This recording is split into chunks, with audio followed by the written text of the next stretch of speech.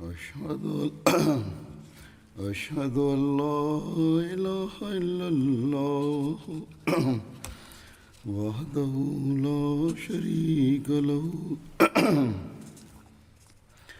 وأشهد أن محمدا عبده ورسوله أما بعد فأعوذ بالله من الشيطان الرجيم بسم الله الرحمن الرحيم الحمد لله رب العالمين الرحمن الرحيم مالك يوم الدين إياك نعبد وإياك نستعين اهدنا الصراط المستقيم صراط الذين أنعمت عليهم غير المغضوب عليهم ولا الضالين. برخی از رخدادهای حیات حضرت ابوبکر صدیق رضی الله عنه را تعریف هم کرده. چند زمان وفات حضرت ابوبکر نزدیک شد وی حضرت عبدالرحمن بن عوف را فراخواند و فرمود راجع به عمر چه نظر دارید؟ حضرت عبدالرحمن بن عوف گفت ای خلیفه رسول خدا، به خدا قسم حضرت عمر از گمانتان هم بهتر است. فقط یک عیب دارد که طبع تندی دارد. حضرت ابوبکر فرمودند تندیش به سبب این است که می بیند من بسیار مهربان و شفیقم، بنابراین پس از به عهده گرفتن مسئولیت خلافت بسیاری از چیزهای خود را رها خواهد کرد، زیرا می بینم وقتی من بر کسی سخت گیری کنم عمر سعی می کند که من از دست او ناراحت نشوم و زمانی که من با کسی شفقت و مهربانی می کنم و این مرا به سخت گیری توصیه می کند. پس از آن حضرت ابوبکر حضرت عثمان بن عفان را احضار کرد و از او راجع به حضرت عمر نظرش را پرسید. حضرت عثمان پاسخ داد که باطن عمر از ظاهرش هم بهتر است و از میان ما هیچ کسی مثل او نیست. آنگاه حضرت ابوبکر به این هر دو نفر فرمود این صحبت را با هیچ کس در میان نگذارید. سپس حضرت ابوبکر گفت اگر حضرت عمر را برای خلافت انتخاب نکنم هیچ کسی شایسته تر از حضرت عثمان را نمی‌یابم. وی در امورتان هیچ کوتاهی نمی‌کند. حال دلم می‌خواهد که از امورتان جدا شوم و از اسلافتان بگردم. در ایام حضرت ابوبکر حضرت طلحه بن عبیدالله نزد حضرت ابوبکر آمدند و گفت شما حضرت عمر را بر مردم خلیفه منصوب نمودید، در حالی که می‌بینید وی در حضورتان چطور با مردم برخورد می‌کند. پس آنگاه چه می‌شود وقتی وی تنها خواهد بود؟ شما به ملاقات پروردگار خود می‌روید. آنجا خدا به سبب این تصمیمتان شما را در ارتباط با رعیت بازخواست می‌کند. حضرت ابوبکر دراز کشیده بود، به حضرت طلحه فرمود مرا بنشان. پس از نشستن گفت آیا مرا از خدا می ترسانی؟ وقتی با پروردگار خود ملاقات می کنم و او از من راجع به این موضوع می پرسد به او پاسخ خواهم داد که من از بندگانت بهترین را انتخاب کرده و بر آنها خلیفه منصوب نمودم.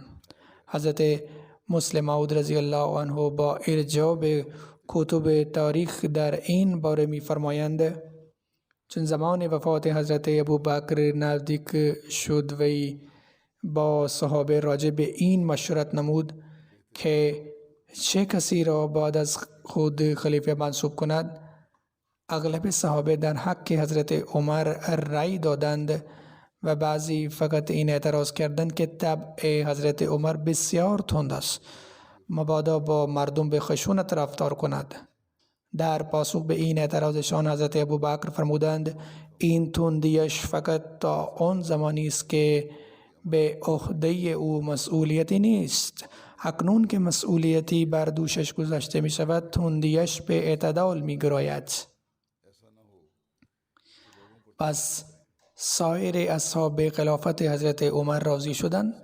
چون حال حضرت ابوبکر بسیار وخیم بود لذا وی با کمک همسر خود اسما در حالی که پاهایش می لغزید و دستانش می لرزید به مسجد آمدند و خطاب به تمام مسلمین گفت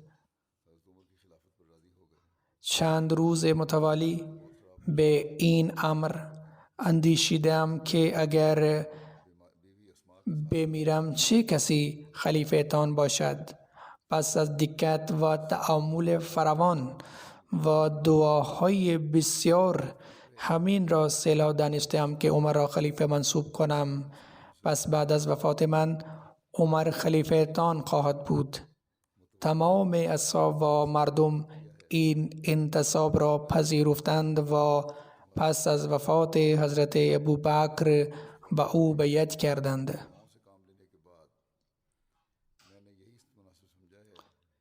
سپس حضرت مسلم موعود با پاسخ به این اعتراض که حضرت ابوبکر چرا خلیفه منصوب کردند می فرمایند اگر گفته شود که وقتی خلیفه فقط با انتخاب ملت می تواند برگزیده شود آنگاه حضرت ابوبکر چرا حضرت عمر را منصوب کردند؟ پاسخ آن این است که حضرت ابوبکر به تنهایی خلیفه منصوب نکرد بلکه این امر اثبات شده است که وی اول با اصحاب در این باره مشورت کردند. تفاوت فقط این است که خلفای دیگر پس از وفات خلیفه انتخاب شدند ولی حضرت عمر در حیات حضرت ابوبکر برگزیده شد. حضرت ابوبکر فقط به مشورت با چند صحابی اکتفا نکردند بلکه با وجود ضعف شدید خود با کمک به همسر خویش به مسجد رفتند و آنجا خطاب به مردم گفتند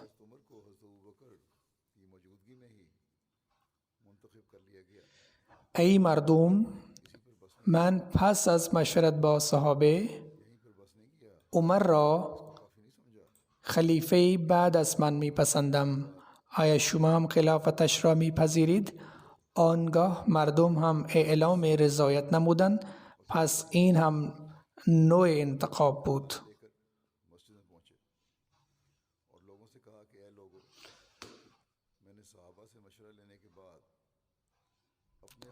درباره بیماری و وصیت حضرت ابوبکر رضی الله عنه در تاریخ طبری این گونه نوشته شده است که علت بیماری حضرت ابوبکر این بود که وی در هفتم جمادی الاخر در روز دوشنبه حمام کردند.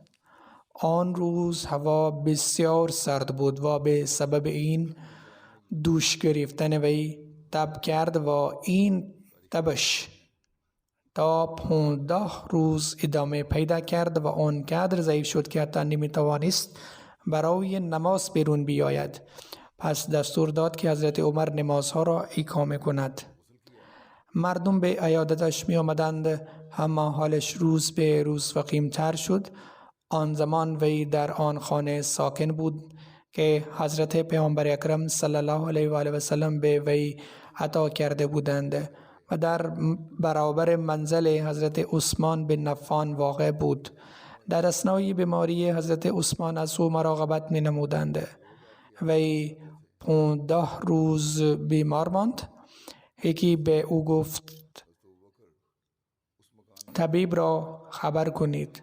فرمود طبیب مرا معاینه کرده است. پرسیدند او چه گفت؟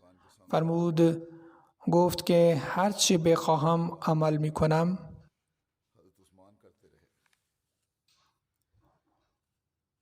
در روایتی دیگر وارد شده است که چون حضرت ابوبکر بیمار شد مردم گفتند برایتان طبیب را خبر کنیم.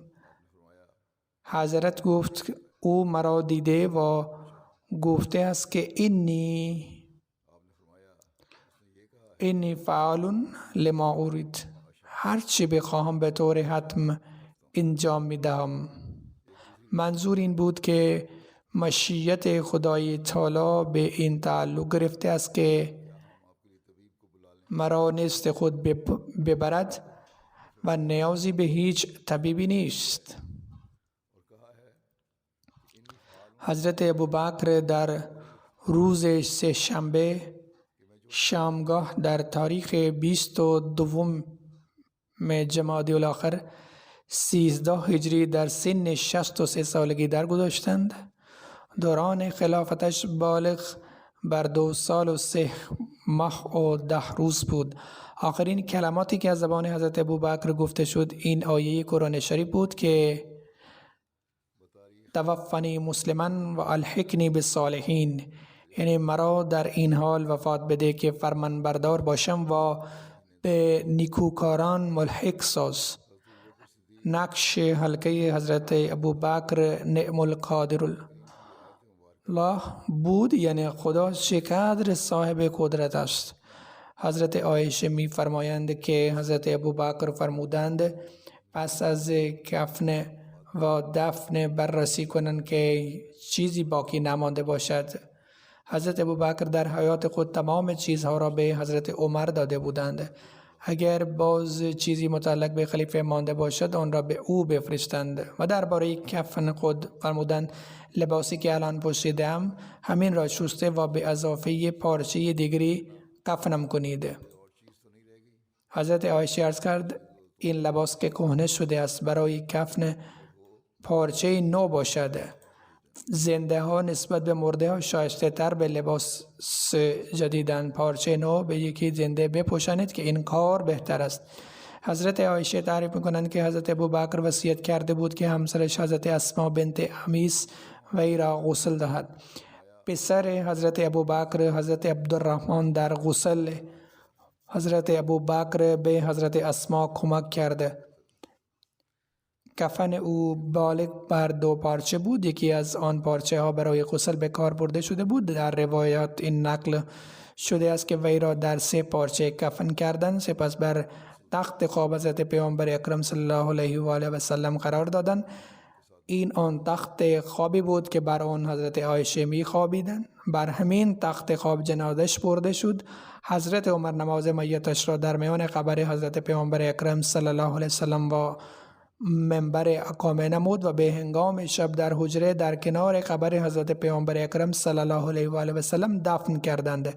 سر وی را به مساوی کتفهای حضرت پیامبر اکرم صلی الله علیه و آله و سلم قرار دادند و به هنگام تدفین حضرت عمر بن خطاب، حضرت عثمان بن نفان، حضرت طلحه بن عبیدالله و حضرت عبدالرحمن بن ابوبکر وارد قبر شده و مراسم تدفین را به جای آوردند.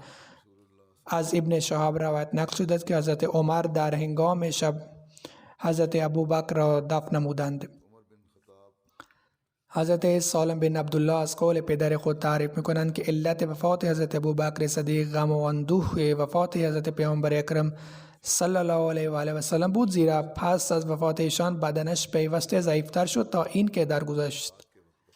بعضی از سیر نویسان این هم نوشتند که سبب وفاتش آن غذا بود که یهودی در آن سم عمیخته بود، اما غالب سیر نویسان این روایت را رد کرده اند.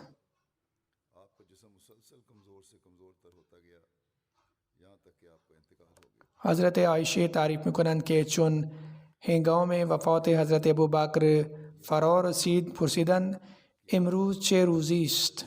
گفتند دوشنبه. حضرت ابوبکر گفتند چنانچه امروز فوت کنم منتظر فردا نباشید، زیرا مرا آن روز یا شب عزیزتر است که به حضرت پیامبر اکرم صلی الله علیه و آله و سلم نزدیکتر باشد، یعنی بلا فاصله تدفین بهتر است. راجب ترکه خیش فرمودند ارثم را مطابق با دستور قرآن شریف تقسیم کنید. همینطور در روایت این هم نقل شده است که وی برای خویشان خود که از ارث سهمی نمی بردند 1/5 را وصیت نمودند.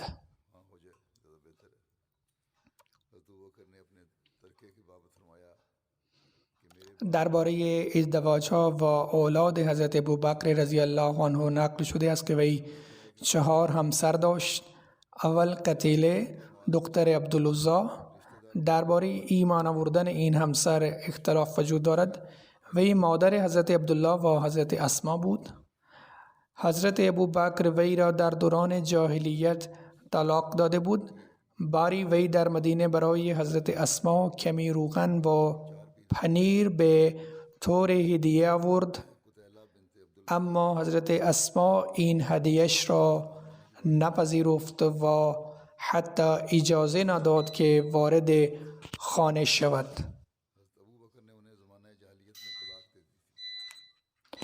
و به حضرت عایشه پیام داد که از حضرت پیامبر اکرم صلی الله علیه وسلم راجع به این مسئله سوال کند که مادرم آمده و هدیه آورده است، من به او اجازه ندادم که حتی وارد خانه شود، دستور چیست؟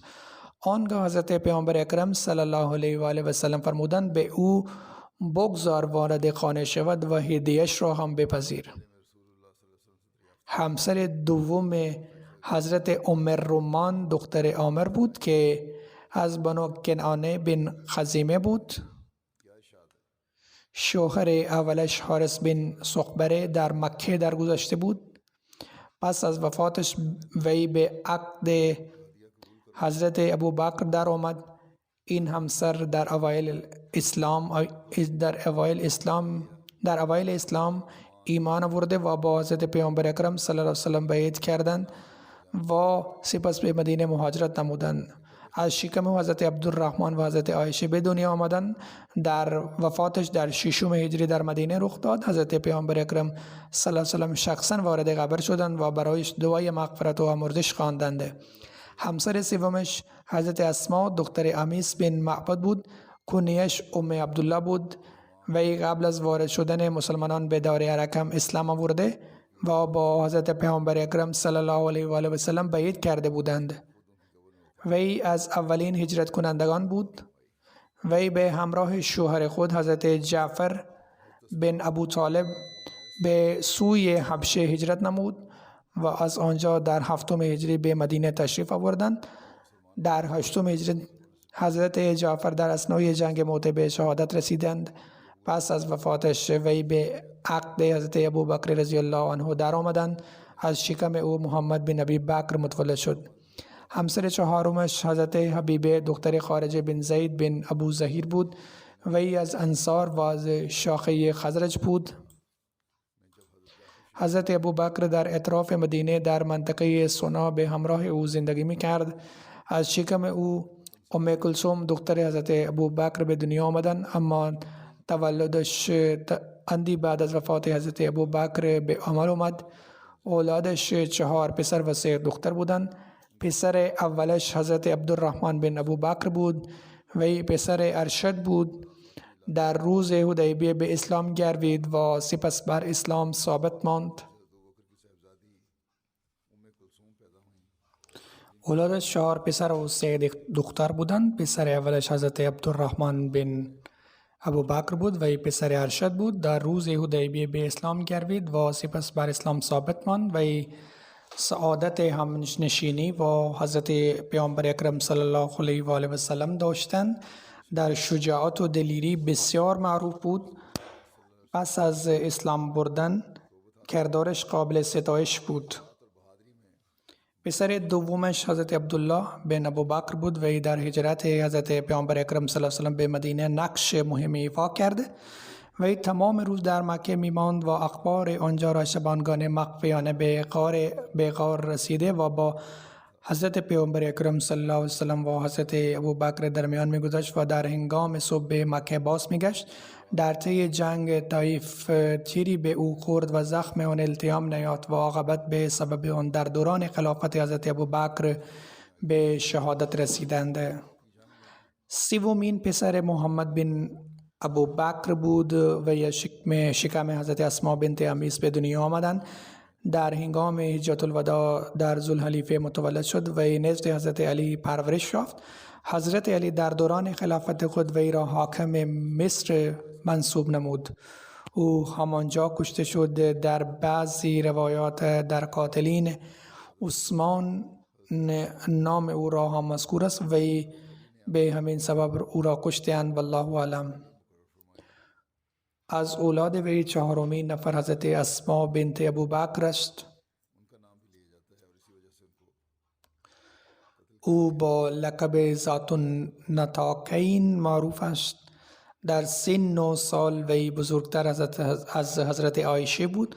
حضرت محمد صلی الله علیه و سلم او را با لقب ذات النطاقین ملقب ساخته بودند، چون هنگام هجرت حضرت اسما برای پیامبر اکرم صلی الله علیه و سلم و پدر خود زاد راه را تهیه کرده بود، اما برای بستن آن چیزی را پیدا نکرد و کمربند خود را دو نیم کرده با آن زاد سفر را بست، یعنی غذایشان را در پارچه کمربند خود بسته به آن ها داد. ازدواج وی با حضرت زبیر بن عوام صورت گرفت و به حالت حمل به سوی مدینه هجرت کرد. بعد از هجرت او حضرت عبدالله بن زبیر را به دنیا آورد و او اولین بچه بود که بعد از هجرت به دنیا آمده بود. حضرت اسما 100 سال عمر کرد و در سال 73 هجری در مکه درگذشت. فرزند پنجم حضرت ابوبکر ام المؤمنین حضرت عایشه بود. او همسر پیامبر اکرم صلی الله علیه وسلم بود. از زنان او بزرگترین دانشمند بود. پیامبر اکرم صلی الله علیه و آله و سلم کنیه او را ام عبدالله گذاشتند. آن حضرت صلی الله علیه و سلم با او کمال محبت داشتند. امام شعبی بیان میکنند که هنگام مسروق به حضرت عایشه رضی الله عنها روایت میکنند، میگویند صدیقه دختر صدیق که محبوب خداست و خدا براعت او را نازل فرموده است به من بیان کرد. او در 57 هجری 63 سالگی درگذشت که یک روایت دیگر او در 58 هجری درگذشت. فرزند ششم حضرت ابوبکر ام کلثوم بود. حضرت حبیبه بنت خارجه انصاریه او را به دنیا آورد. هنگام وفات حضرت ابوبکر به حضرت عایشه فرمودند این دو برادر و دو خواهر تو هستند. حضرت عایشه رضی الله عنها عرض کردند این خواهر اسماست، او را میشناسم، اما خواهر دومم کدام است؟ حضرت ابوبکر فرمود آن که در بدن شکم دختر خارجه است، یعنی هنوز به دنیا نآمده است، اما کسی که از شکم متولد می شود دنیا دختر خواهد بود. حضرت عایشه گفت که این حرفهایش به دلم نشست که او دختر را به دنیا خواهد آورد، پس همین اتفاق افتاد. بعد از درگذشت حضرت ابوبکر ام کلثوم متولد شد. ازدواج ام کلثوم با حضرت طلحه بن عبیدالله صورت گرفت. او در جنگ جمل به شهادت رسید. مطابق به بعضی روایات ازدواج دختر حضرت ابوبکر با حضرت بلال صورت گرفته بود و این امر نیز نقل شده است که این دختر ناتنی او بود. در مورد نظام دولت نقل شده است هنگامی به حضرت ابوبکر امر مهم در پیش می شد، او به مشورت و افراد صاحب رأی نیاز می داشت و می خواست که از اهل فقه نظر بگیرید، رأی بگیرید از مهاجرین و انصار.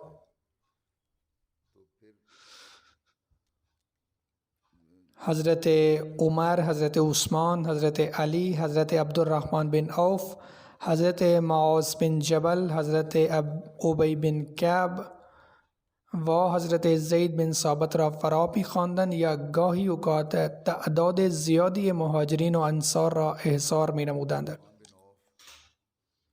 حضرت مسلم موعود در ذکر شرح شاورهم فی الامر بیان می فرمایند باید بر این کلمه تعمق کنید از این واژه روشن می شود که کسی که مشورت می خواهد تنها شخص است، حتی 2 نفر هم نیستند و کسانی که از آنها مشورت خواسته می شود باید 3 یا بیش از 3 نفر باشند. سپس باید بر پیشنهاد تأمل شود و بعد از این دستور داد که فاذا عزمت فتوکل الله، هنگامی که تصمیم گرفتی بر خدا توکل کن.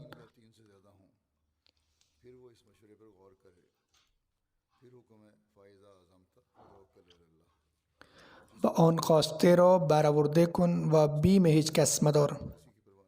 یعنی کسی که مشورت را دریافت میکند بعد از تحلیل بر آن پیشنهاد عمل کند و نباید از هیچ کس بترسد. حضرت مسلم موعود رضی الله عنه می نویسند که در دوران خلافت حضرت ابوبکر بیشمار نظایر این چنین عزم و ارادت یافت می شوند. هنگامی مردم شروع به مرتد شدن و بهش این مشوره دادن که لشکری که قرار است تحت فرماندهی حضرت اسامه گسیل داده شود اعزام آن را باید به تعویق بیندازید، اما حضرت ابوبکر به آنها این پاسخ دادند لشکری که پیامبر اکرم صلی الله علیه وسلم دستور اعزام آن را داده بودند نمی توانم آن را به تعویق بیندازم. پسر ابو قحافه قدرت و توان آن را ندارد. و بعداً چند نفر را از حرکت متوقف هم کرد. حضرت عمر رضی الله عنه شامل آن لشکر بودند، اما حضرت ابوبکر او را از حرکت منع نمودند. سپس در مورد زکات بهش گفتند که نباید از مردم گرفته شود و اینطور شاید آنها راه ارتداد را اختیار نکنند. حضرت ابوبکر به آنها این پاسخ دادند که اگر آنان رسنی را که از آن شتر می‌بستند به پیامبر اکرم صلی الله علیه وسلم می‌دادند، من نیز آن را از آنان می‌گیرم و اگر همه شما مرا ترک می‌کنید و وحشی‌های جنگل هم دست مرتدین شوند، با وجود این تنها با آنها می‌جنگم. این نمونه عزمشان است. پس بعد از این چه اتفاق افتاد؟ شما از آن آگاه هستید. این عزم حضرت ابوبکر بود و نظرهای مردم از آن تفاوت دارند، اما چه اتفاق افتاد؟ نمونه عزم که او نشان داد به سبب آن خدا درهای فتوحات را باز کرده. به خاطر دارید که هنگام انسان از خدا می ترسد، هراس مخلوق، ترس مخلوق بر آن تأثیری نمی گذارد. این حقیقت منصب خلافت است. تأسیس بیت المال، اموال غنیمت، خمس، فی و زکات و غیره که مسلمانان در دوران پیامبر اکرم صلی الله علیه وسلم تحویل می گرفتند، آن حضرت صلی الله علیه و آله و سلم همان دم در مسجد می نشستند و جلوی چشمه های مردم آن را توضیح می کردند. به این دلیل می توان گفت که بخش بیت المال در زمان پیامبر اکرم صلی الله علیه و سلم تأسیس شده بود، ولی به سبب فتوحات در دوران خلافت حضرت ابوبکر علاوه بر صندوق های دیگر در آمد غنیمت و جزیه نیز افزایش یافت.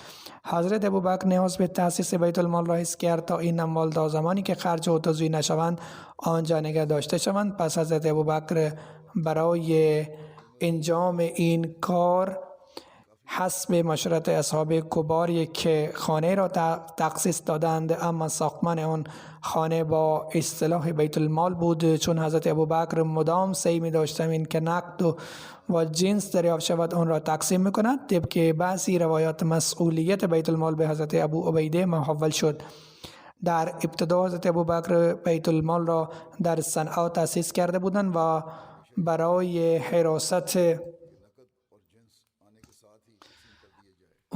حراست آن هیچ نگهبان را معین نکردند. صنعا در حوالی مدینه واقع بود و از مسجد نبوی بر مسافت 2 مایل قرار داشت. باری به کسی به او گفت که چرا برای حراست بیت المال نگهبان را برنمی گماری؟ او گفت که برای نگهبانی آن یک قفل کافی است، چون هر چی که بیت المال جمع می شود حضرت ابوبکر آن را تقسیم می کرد، بیشتر اوقات بیت المال خالی می ماند. هنگامی او در مدینه سکونت گزید بیت المال را نیز در خانه خود انتقال داد. روی کرده و این بود هر چی را که در بیت المال می داشت آن را در میان مردم توزیع می کرد تا این که خالی شود و در هر یک به طور مساوی تقسیم کرد و از همین مال شترها، اسبها و ابزار جنگ را خرید کرده و در راه خدا تقسیم کرد. باری او از اهالی روستا روسری ها را خرید کرد و در بیوگان مدینه تقسیم کرده. حضور انور اینجا می فرمایند با متعدد بار او این کارا کرده بود، اما راجع به این یک روایت مذکور است. برای حضرت ابوبکر تعیین کمک هزینه از بیت المال در این مورد نوشته شده است که هنگامی حضرت ابوبکر بر مسند خلافت متمکن گشت، برای تأمین نیازهای او از بیت المال تدارک را دیدند. حضرت عایشه بیان می کنند هنگامی حضرت ابوبکر صدیق به خلافت رسید، او گفت قوم من می داند که شغل من این چنین بود که می توانستم از آن نیاز خانگی را تأمین کنم. درآمد من به اندازه‌ای بود که از آن حوایج خانه نیازهای خانه را برآورده می کردم، اما حال مشغول به کارهای مسلمانان شدم. پس اهل و عیال ابوبکر از بیت المال پرورش می یابند و او یعنی ابوبکر از این مال برای مسلمانان تجارت می کنند و آن را می افزاید. پس مسلمانان برای تأمین نیازهای او 6000 درهم مثلانه را تعیین کردند. بعضی راویان می گویند که او از بیت المال به اندازه‌ای پذیرفت که نیازهای او تأمین شوند. او اولین رئیس دولت یا والی بود که رعایا برای مصارف وی کمک هزینه را تصویب نمودند. در این روایت نقل شده است که هنگامی حضرت ابوبکر به خلافت رسید، روزی بامداد به بازار می رفت و روی شانه خود پارچه هایی را حمل کرده بود که تجارت آن را می کرده. سر راه حضرت عمر بن خطاب رضی الله عنه و حضرت ابو عبیده بن جراح رضی الله عنه با او ملاقات کردند. آنها پرسیدند که ای خلیفه پیامبر قصد کجا را دارید؟ او گفت که من به بازار می روم. آنها گفتند که چه کار می کنی در حالی که امور مسلمانان به تو محول شده اند؟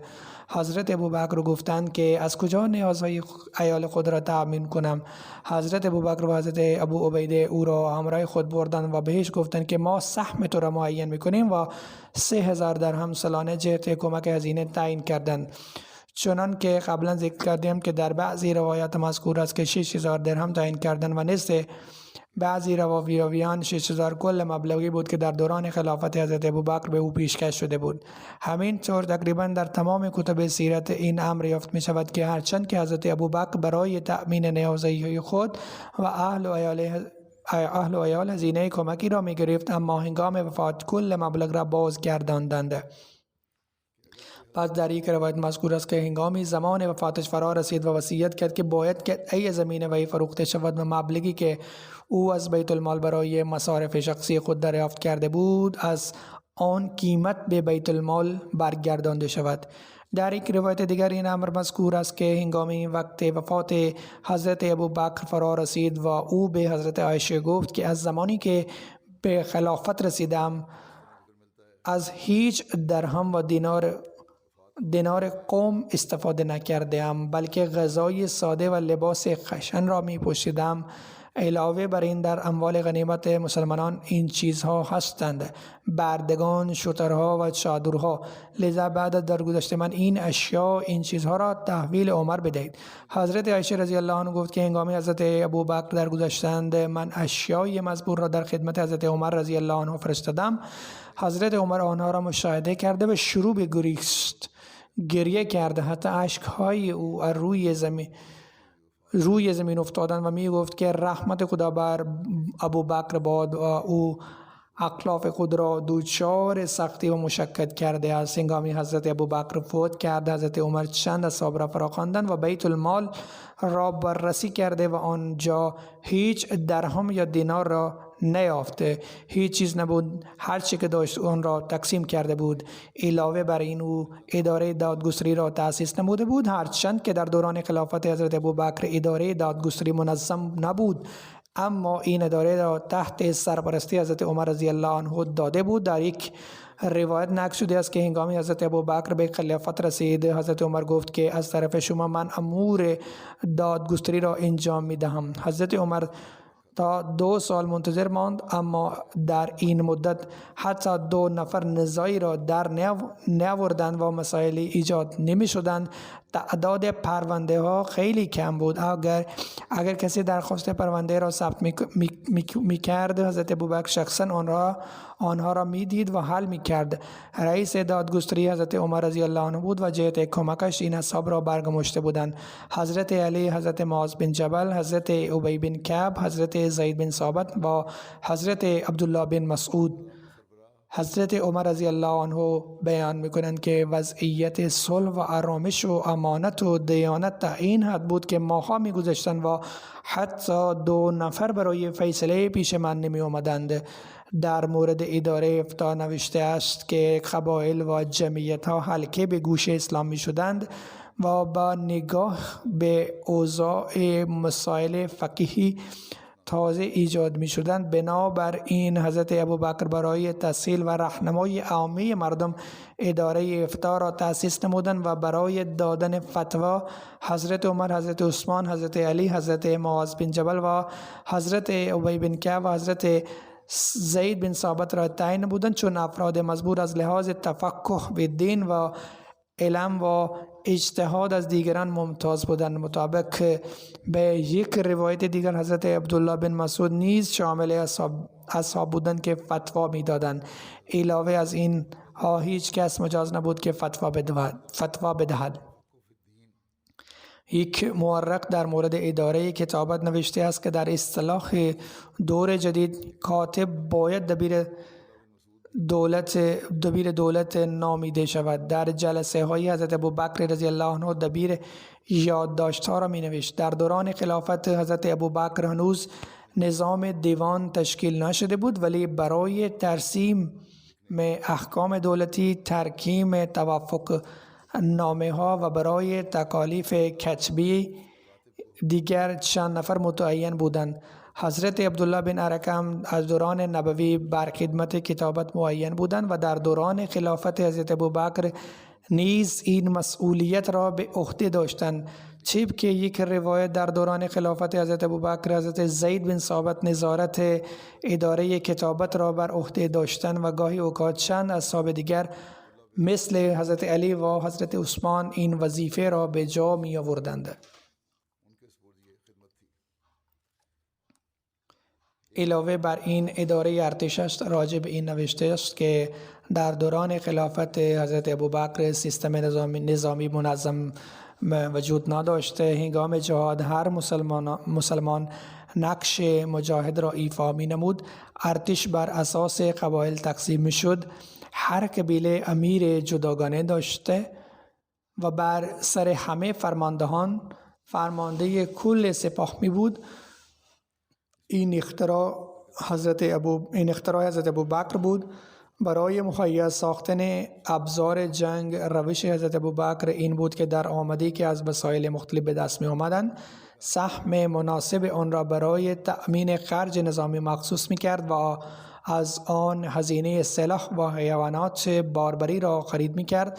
به علاوه برای پرورش شترها و اسبها که برای جهاد مخصوص بودند چراگاه را معین کرده بودند. یک سیره نگار می نویسد که سیستم نظامی در دولت حضرت ابوبکر از آن سیستم روستایی نزدیکتر بود که قبل از دوران پیامبر اکرم صلی الله علیه و سلم در قبایل عرب مروج بودند. در آن زمان دولت سیستم نظامی منظم را نداشته بودند و هر کسی شخصا خود را برای انجام خدمات جنگی تقدیم کرد. هنگامی برای جنگ اعلام شد قبایل با سلاح خود راه می افتادند و به طرف دشمن حرکت می کردند. قبایل برای تدارک تجهیزات و سلاح بر دولت مرکزی تکیه نمی کردند، بلکه خودشان را تدارک برای تجهیزات جنگ را می دیدند.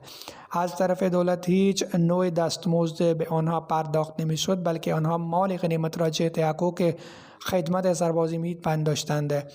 مال غنیمت که از میدان جنگ به دست می آمده سهم 4/5 از آن در میان شرکت کنندگان در جنگ تقسیم می شد و سهم 5 در خدمت خلیفه به پایتخت فرستاده می شد و او آن اموال را در بیت المال جمع می کرد. به سبب خمس خرج‌های معمولی دولت برآورده می شد و او دستورالعمل به سپاه داران لشکر جنگ داد که در هنگام جنگ امیرالامرا تعیین می شدند. در مورد حضرت ابوبکر نوشته است که حضرت ابوبکر به سپه داران و سران لشکر دستورالعمل می داد. حضرت ابوبکر صدیق به لشکر حضرت اسامه خطاب کرده فرموده که من شما را در مورد 10 چیز پند می دهم. هیچگاه خیانت نکنید و از مال غنیمت دزدی نکنید. هیچگاه عهد را نشکنید و بچگان را به قتل نرسانید و شتر را فقط برای خوردن ذبح کنید وقتی نیاز داشتید، وگرنه این کار را نکنید. اگر شما بر سر مردم گذار کنید که خودشان را در کلیسا وقف کرده باشند، آنان را در حال خودشان رها کنید و کسانی که کشیش هستند اگر شما پیش آنچنان مردمی می روید که شما را غذا تقدیم کنند، شما آن غذا را با اسم خداوند بخورید و شما با مردانی مواجه خواهید شد که موهای سرشان را از میان کوتاه می کردند و موهای بلند از اطراف سر داشته باشند. آنان را با شمشیر روبرو بشوید، چون آنان مردم را خلاف مسلمانان تحریک می کنند و جنگ تحریک و ترغیب می کنند و تحریض می کنند و جنگ می کنند. به اسم خداوند روانه شوید. خداوند شما را از هر نوع زخم و بیماری و طاعون مسون بدارد. همچنین حضرت ابوبکر صدیق حضرت یزید بن ابو سفیان را به سوریه روانه کرده فرمودند من قبلا در خطبه اخیر از این ذکر کرده بودم. برخی از امور را یادآوری می کنم چون این امور برای هر صاحب مسئولیت هستند. وی فرمودند که من شما را متصدی تعیین کردم تا شما را امتحان بکنم و تجربه کنم تا اینچنین کار شما را تربیت کنم. اگر شما مسئولیت خود را به نحو احسن انجام دادید، آن زمان دوباره شما را تعیین خواهم کرد و ترقی خواهم داد و اگر تساهل کاری کردید آن موقع شما را معزول خواهم کرد. تقوای خداوند را محکم در پیش بگیرید چون او باطن شما را آنچنان نگاه می کند طوری ظاهر را نگاه می کند. نزدیک خداوند از بین مردمان کسی است که حق دوستی خداوند را به جای می آورد و همچنان نزدیک خداوند بین مردمان کسی است که با عمل خود قرب خداوند را به دست می آورد. سپس فرمود که از جاهلیت و تعصب بپرهیزید. خداوند اینچنین امور را اصلا دوست ندارد. فرمودند که رفتار خوبی با لشکر خود داشته باشید و با محبت مواجه شوید. وقتی به آنان پند و اندرس می دهید به طور اختصار بدهید چون حرفای زیاد را مردم فراموش می کنند. نفس خود را کنترل کنید چون با اینچنین کار مردم هم خودشان را اصلاح میکنند. اگر سران و مسئولین خودشان را اصلاح کنند آن زمان مردم خود به خود نیکوکار میشوند. نمازها را به موقع با رکوع و سجود کامل ادا بکنید. پایبند نماز خیلی مهم است. فرمودند که وقتی سفیر دشمنان به پیش شما میآیند از آنان تکریم خواهید کرد. آنان را به زودی روانه کنید و آنان را تا دیر نگه ندارید و زودتر از لشکر شما خارج شوند تا چیزهای زیادی در مورد شما معلوم نخواهند کرد. آنان را از کارهای خودتان آگاهی ندهید و حرفهای مختصر بزنید. فرمودند که نگذارید که مردم شما با آنان حرف بزنند، یعنی هر کس از شما با سفیر ملاقات نکند. این چنین نشود که هر جا به راحتی بروند و با هر کس ملاقات کنند، با فرد مجاز ملاقات کنند، نه با عامه مردم. وقتی خودتان با آنان حرف بزنید آن زمان آنان را از رازهای خود آگاه نکنید و خیلی با دقت حرف بزنید. سپس در مورد مشوره فرمود که حرف راست بگویید تا مشورت خوبی داده بشود. تمام امر را مفصلا بگویید. وقتی میخواهید مشوره بگیرید اخبار خود را از مشیر پنهان نکنید. اخبار خود را از مشیر پنهان نکنید چون به سبب این ضرر میبینید. وقتی میخواهید حال تمام روز معلوم کنید در مورد این فرمود که چجوری رئیس و لشکر اخبار را معلوم کند. موقع شب با دوستان حرف بزنید. موقع شب مردم را انتخاب کنید، چون توسط کار اخبار به دست می آورید. گاهی بدون اطلاع از پایگاه سر بزنید، چون نگهبانی هم ضروری است. کسی که مسئولیت از پایگاه نظامی غافلگیر باشد او را تأدیب کنید. بعد فرمود که موقع مجازات دادن عجله نکنید و کلا صرف نظر هم نکنید. هر دو الزامی هستند. به دادن مجازات عجله نکنید و نه کلا غافل شوید و لشکر خود را غافل نشوید. از لشکر خود غافل نشوید. از لشکر خود جاسوسی نکنید تا آنان را رسوا کنید. هر موقع دنبال خبرگیری مردم خود نباشید، چون با این چنین کار آبروی آنان از بین می رود. سرهای آنان را بین مردم افشا نکنید و با مردم بی سر و پا کار نداشته باشید، بلکه با مردم با وفا رابطه استوار بکنید. ترسو نباشید، وگرنه مردم هم ترسو می شوند. در امورهای مال غنیمت خیانت نکنید، چون این کار باعث مستمندی می شود و پیروزی و فتح را از دست شما دور می کند. امور زیادی بیان کردم و برخی از آنان طوری که قبلا گفتم برای سپهداران و مسئولین ما الزامی هستند و آنان از این رعایت کنند و باعث برکت خواهد شد. این خلاصه از طوری که قبلا هم گفتم تا مسئولین در خاطر داشته باشند. در دوران حضرت ابوبکر کشورهای اسلامی را بین بخشای ریاست توزیع کرده شود. او در تمام ریاست ها امیر و فرماندار تعیین کرده بود. پایتخت آنان مدینه بود. اینجا حضرت ابوبکر به عنوان خلیفه بود. در مورد روش تعیین عمال نوشته شده است که حضرت ابوبکر مطابق سنت حضرت پیامبر اکرم صلی الله علیه و فرماندار را بر قومی مقرر می ساخت و از این امر رعایت می کرد که اگر فردی نیک و صالح در همان قومی وجود داشت، آن موقع از بین آنان فرماندار تعیین می کرد. بنابراین فرماندار در طائف و قبیله های دیگر از بین خودشان مقرر شده بودند و وقتی او کسی را به عنوان فرماندار تعیین می کرد، آن موقع وی را عهدنامه کتبی برای سند فرمانداری میداد و گاهی برایش راهی به رسیدن آن منطقه تعیین می کرد و در آن از مناطق علامت گذاری می کرد که آن از مرور می کرد. به طور خاص این چنین برقراری متعلق به مناطقی بود که تحت کنترل خلافت اسلامی نبود.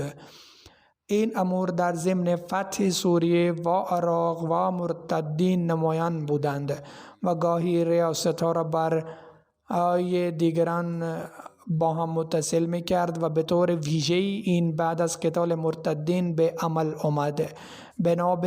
بر این حضرت زیاد بن لبید فرماندار حضرموت بود و کنده هم تحت کنترلش بود و بعدش او فرماندار حضرموت و کنده شد. در دوران حضرت ابوبکر اولویت اسلام برای انتخاب عاملین اول در نظر داشته بود. در دوران حضرت ابوبکر در انتخاب والیان آن کسی را ترجیح می‌دادند که در ابتدا اسلام آورده بود. همینطور شخصی به این جایگاه برگماشته می‌شد که از دستگاه نبوت تربیت گرفته باشد. به کسی اولویت می‌دادند که از مصاحبت آن حضرت صلی الله علیه و آله و سلم مشرف شده بود. در این راستا روی کرده وی بدین قرار بود که اگر پیامبر اکرم صلی الله علیه و آله و سلم به کسی مسئولیت را محول کرده بودند، او هرگز در آن مبادله نمی کرد. مثلا حضرت پیامبر اکرم صلی الله علیه و سلم حضرت اسامه را جهت فرمانده لشکر برگماشته بودند. بعداً مردم از روی مصلحت پیشنهاد کردند که باید از اصحاب بزرگ کسی به این جایگاه برگماشته شود، اما حضرت ابوبکر از حضرت اسامه این مسئولیت را باز نگرفتند. به علاوه او این امر را نیز در نظر می داشت که از آن حضرت صلی الله علیه و سلم چه کسی بیشتر فیض را کسب کرده است. همین سبب است که بیشتر اوقات او مسئولیت ها را به افرادی محول می کرد که قبل از فتح مکه به اسلام گرویده بودند. در این راستا او هیچگاه تعصب قبایلی یا مزیت دادن به بستگان روا نداشت. در این نتیجه همین قوانین سختگیرانه و استاندارهای بالا بود که والیان و حاکمان که او برگماشته بود مدام با استعدادهای عمده خود خدمت مسلمانان را پرداختند. حضرت ابوبکر در تعیین اعمال به نظرهای اهالی منطقه احترام می‌گذاشته. در دوران نبوی حضرت علا بن حضرمی فرماندار بحرین بود، بنابر دلایلی بعداً او را به جای دیگر انتقال دادند. در عهد خلافت حضرت ابوبکر اهل بحیرید در خدمت او درخواست کردند که حضرت علا باید در منطقهشان برگماشته شود. به این سبب حضرت ابوبکر حضرت علا را فرماندار بحرین منصوب کردند و به آنجا فرستاده. توصیه او به والیان در این مورد نوشته است که هنگام انتصاب والیان حضرت ابوبکر به آنها توصیه میکرد که در تاریخ طبری نوشته شده است که او به عمرو بن عاص و ولید بن عقبه توصیه کرده فرمودند باید در ظاهر و پنهانی از خدا بترسید. کسی که از خدا میترسد راه نجات وی را پیدا میکند و او را از جایی که گمان ندارد روزی میدهد. کسی که از خدا میترسد خدا از گناه او میگذرد، یعنی خدا ازش درگذر میکند و اجرش را برای او میافزاید. چیزهایی که بندگان خدا به یک دیگر توصیه میکنند مرجع ترین از آنها پیشه کردن تقوای خداست. شما یکی از راههای خدا را در پیش دارید، لذا امری که موجب تقویت دین شما و حراست دولت شما باشد کوتاهی در آن جنایت نابخشودنی است. پس نباید از طرف شما غفلت و تنبلی در کار باشد. حضرت مسعود بن شداد بیان میکنند که من از پیامبر اکرم صلی الله علیه و آله شنیدم که کسی که عامل ما باشد باید یک همسر را برگزیند و اگر او مستخدم را نداشته باشد باید یک خدمتگزار را استخدام بکند که اگر برای سکونت خانه نداشته باشد و اگر خانه برای سکونت نداشته باشد باید یک خانه را بگیرد. مستورد افزود که حضرت ابوبکر فرمودند که کسی که جز اینها چیزی را بگیرد او خائن تلقی می شود. یا گفت که او دزدد. اعتصاب عمال چطور صورت می گرفت؟ حضرت ابوبکر مراقب هر فعل عمال و والیان می بود، چون اینها از مصاحبت پیامبر اکرم صلی الله علیه و آله فیض یاب شده بودند. بنابراین برخلاف حضرت عمر، حضرت ابوبکر از صحو و واقعیتایشان می گذاشتند. در تاریخ طبری نقل شده است که او مراقب می بود که چه کار انجام می دهند، اما از صحو و خطا صرف نظر می کرده. در تاریخ طبری مذکور است که حضرت ابوبکر عمال خود را زندانی نمی کرد، اما کسی که مرتکب اشتباه فاحش می شد لزوما به تنبیه مناسب می کرد، هرچند که برجسته ترین مقام و جایگاه داشته باشد. باری در مورد مهاجر بن امیه بهش خبر رسید که او دندان زنی را برکنده است که مسلمانان را هجوم می‌کرد. دندان‌های زنی که مسلمانان را هجوم می‌کرد کنده گرداند. پس فوراً توبیخ‌نامه‌ای به حضرت مهاجر نوشت که حتی اگر درباره اشتباه حضرت خالد معلوم می‌شد وی را نیز توبیخ می‌کرد. درباره وظایف امیران و والیان نوشتند که والیان و امیران که حضرت ابوبکر در نواحی و شهرها و قصبه‌های مختلف منصوب کرده بودند مسئولیت‌ها و وظایف مختلفی بر عهده می‌داشتند. امرا و معاونانشان نیز مسئولیت مالی می داشتند. زکات را از ثروتمندان منطقه خود جمع آوری می کردند و بین فقرا تقسیم می کردند و جزیه را از غیر مسلمانان جمع آوری می کردند و در بیت المال می گذاشتند. مسئولیتشان از زمان پیامبر اکرم صلی الله علیه و آله ادامه می داشت. قراردادهای منعقده در زمان پیامبر اکرم صلی الله علیه و آله تجدید شد. حاکمان نجران پیمان پیامبر اکرم صلی الله علیه و آله و مردم نجران را تجدید کرد و زیرا مسیحیان نجران آن را مطالبه کردند. امرا در تعلیم و تربیت دینی به مردم مناطق خود و تبلیغ و ترویج اسلام بسیار کار می کردند و زحمت می کشیدند و از سنت پیامبر اکرم صلی الله علیه و آله پیروی می کردند. اغلب از آنان به شکل حلقه در مساجد مردم را قرآن، آداب و رسوم اسلامی و آداب درس می آموختند. آنها در پیروی سنت پیامبر اکرم صلی الله علیه و آله چنین مسئولیت انجام می دادند. این مسئولیت در نزد پیامبر اکرم صلی الله علیه و آله و خلیفه شان حضرت ابوبکر مهمترین شمرده می شد. بنابراین امیران و والیان حضرت ابوبکر این مسئولیت را به خوبی انجام دادند. حضرت یکی از مورخین درباره والی حضرموت زیاد بن لبید می نویسد هنگام صبح زیاد برای درس قرآن تشریف می آورد، همانطور که قبل از انتصاب امیر برای تعلیم قرآن می آمد. همینطور این امرا از طریق آموزش و تربیت نقش بسیار مهمی در گسترش اسلام در مناطق خود داشتند. به برکت این تربیت اسلام در مناطق فتح شده و در مناطق مرتد یا یاغی قوی تر شد. در مناطق که ساکنان آن تازه مسلمانان شده بودند و از احکام دینی بی خبر بودند، این آموزش در این مناطق نتیجه چشمگیری داشت، در حالی که در مراکز قوی اسلام مانند مکه، طائف و مدینه نیز چنین معلمانی برای تعلیم و تربیت برگماشته شدند که برای آموزش و تربیت مردم اهتمام می‌کردند. همه این کارها به دستور خلیفه یا امیر او انجام می‌شد و یا کسانی که از طرف خلیفه برای آموزش در مناطق مختلف تعیین می‌شدند از این وظایف را انجام می‌دادند. امیر یا والی منطقه مسئول مستقیم امور اداری استان خود می بود. اگر به سفر برود معاون خود را تعیین می کرد و اگر تا بازگشت او بر مسئولیت نظارت می کرد. نمونه آن این است که پیامبر اکرم صلی الله علیه و مهاجر بن امیه را والی کنده تعیین کردند. پس از رحلت پیامبر اکرم صلی الله علیه و حضرت ابوبکر نیز او را در همان منصب حفظ کرد.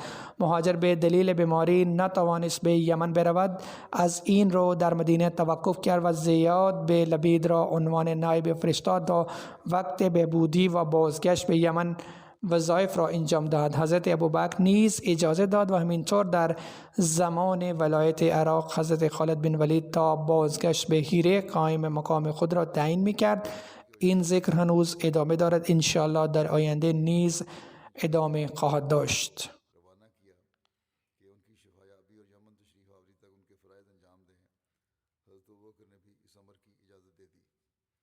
इसी तरह इराक की गवर्नरी के दौरान खालिद बिन वलीद हीरा में अपनी वापसी तक अपना नायब मुकर्रर कर देते थे। ये जिक्र चल रहा है, इंशाअल्लाह ताला आइंदा भी बयान होगा।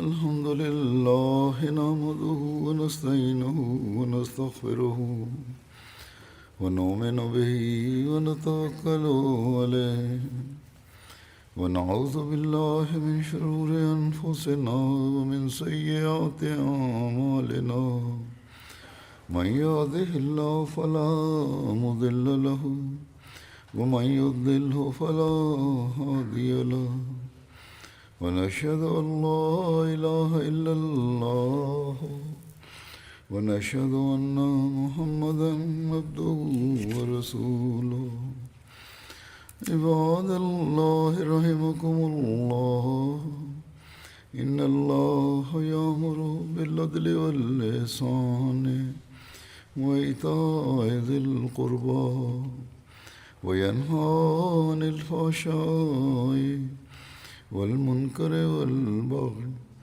يعظكم لعلكم تذكرون اذكروا الله يذكركم وادعوه يستجب لكم ولذكر الله أكبر.